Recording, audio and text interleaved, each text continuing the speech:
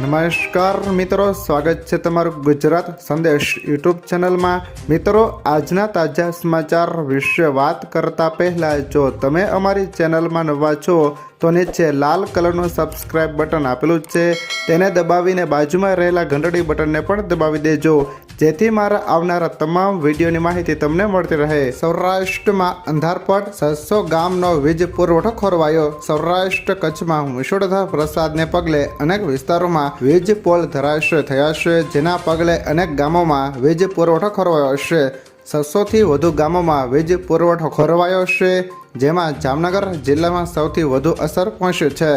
આ ઉપરાંત ભારે પવનને લીધે 4 દિવસમાં જ પીજીવીસીએલના 1122 વીજપોલ ધરાશય થયા છે। ત્યારબાદના અગત્યના સમાચાર વિશે વાત કરીએ તો દેશભરમાં 5 દિવસ માટે પાસપોર્ટ સેવા બંધ। આગામી 5 દિવસ સુધી ઓનલાઈન પાસપોર્ટ પોર્ટલ પર કોઈ કામ થશે નહીં। આ સમય દરમિયાન નક્કી કરવામાં આવેલી તમામ એપોઇન્ટમેન્ટ ફરીથી શેડ્યુલ કરવામાં આવશે।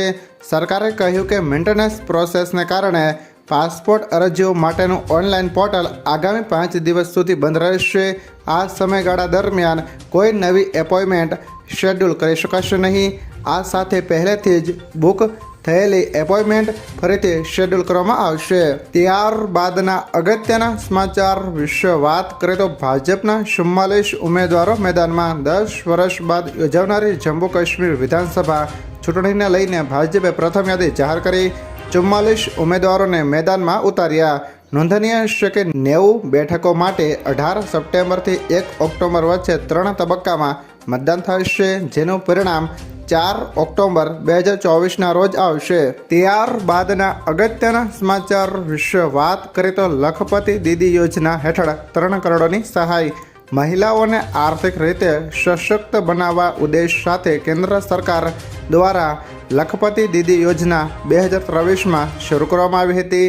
આ યોજનામાં મહિલાઓને રોજગારલક્ષી તાલીમ અને સ્વરોજગાર માટે 5 લાખ સુધીની વ્યાજ મુક્ત લોન આપવામાં આવે છે। સરકારનો હેતુ 2025 સુધીમાં 3 કરોડ મહિલાઓને આર્થિક રીતે સદ્ધર બનાવવાનો છે, જેથી મહિલાઓ આત્મનિર્ભર અને આર્થિક રીતે સશક્ત બની શકે છે। ત્યારબાદના અગત્યના સમાચાર વિશે વાત કરીએ તો ખેડૂતોના ખાતામાં 18મો હપ્તો ક્યારે જમા થશે? પ્રધાનમંત્રી કિસાન સન્માન નિધિ યોજના હેઠળ ભારત સરકાર લાભાર્થી ખેડૂતોને વાર્ષિક ₹6000 આપે છે। હવે તમામ લાભાર્થી ખેડૂતો યોજનાના 18મા હપ્તાની રાહ જોઈ રહ્યા છે, જે ઓક્ટોબર મહિનામાં રિલીઝ થઈ શકે છે। આ યોજનાનો 17મો હપ્તો વડાપ્રધાન નરેન્દ્ર મોદીએ જુલાઈ મહિનામાં બહાર પાડ્યો હતો। એવો અંદાજ છે કે ઓક્ટોબરના પ્રથમ સપ્તાહમાં હપ્તો બહાર પાડવામાં આવશે। ત્યારબાદના અગત્યના સમાચાર વિશે વાત કરીએ તો સુકન્યા સમૃદ્ધિ યોજનાના રોકાણકારો માટે મોટા સમાચાર। નાણાં મંત્રાલયના આર્થિક બાબતોના વિભાગે આને લગતા કેટલાક નવા નિયમો બનાવ્યા છે।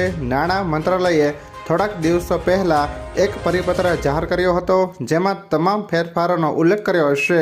બાળકો અથવા સગીરોના નામે ખોલવામાં આવેલ અનિયમિત પીપીએફ ખાતાઓમાં તેઓ પુખ્ત વયના થાય ત્યાં સુધી પોસ્ટ ઓફિસ સેવિંગ એકાઉન્ટનો વ્યાજદર મળશે।